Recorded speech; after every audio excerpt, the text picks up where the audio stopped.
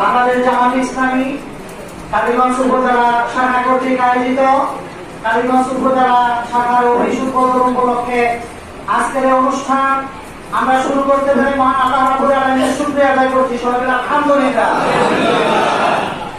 এবং দরুদ ও সালাম প্রেরণ করছি মানবতার মুক্তির দূত এই পৃথিবীর সর্বযুগের সর্বশ্রেষ্ঠ মহামানব রাসূল করিম সাল্লাল্লাহু আলাইহি সাল্লামের প্রতি এবং শহীদ ভাইদের সর্বোচ্চ শহীদের মর্যাদা কামনা করে সংক্ষিপ্ত আকারে আপনাদের সামনে দুটি কথা বলবো ইনশাআল্লাহ।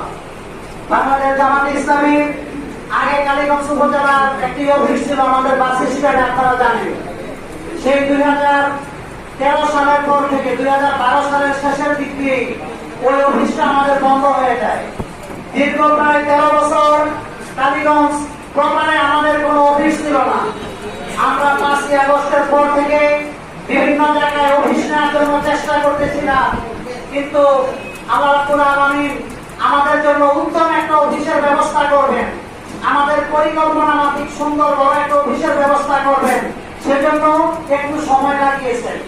একটু পরে হলেও আমাদের এই সুন্দর পরিবেশে একসাথে আমরা প্রায় 300 লোকের উপস্থিতিতে একসাথে আমরা প্রোগ্রাম করতে পারছি।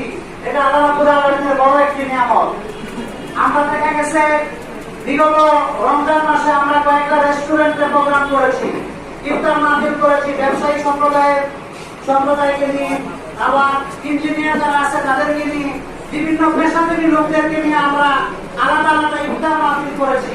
সেজন্য আমাদের ব্যাপক ব্যয়ভার বহন করতে হয়েছে। আলহামদুলিল্লাহ আজকে অফিসের মাধ্যমে আমাদের সকল কার্যক্রম এই অফিসের মাধ্যমে হবে ইনশাআল্লাহ। এবং আপনারা যারা আছেন যেখানে আছেন কালীগঞ্জ যখন আসবেন তখন অন্তত অফিসের দিকে একটু আসবেন। এখানে কিছু পত্র পত্রিকা থাকবে, আমাদের অফিস সারাদিন খোলা থাকবে।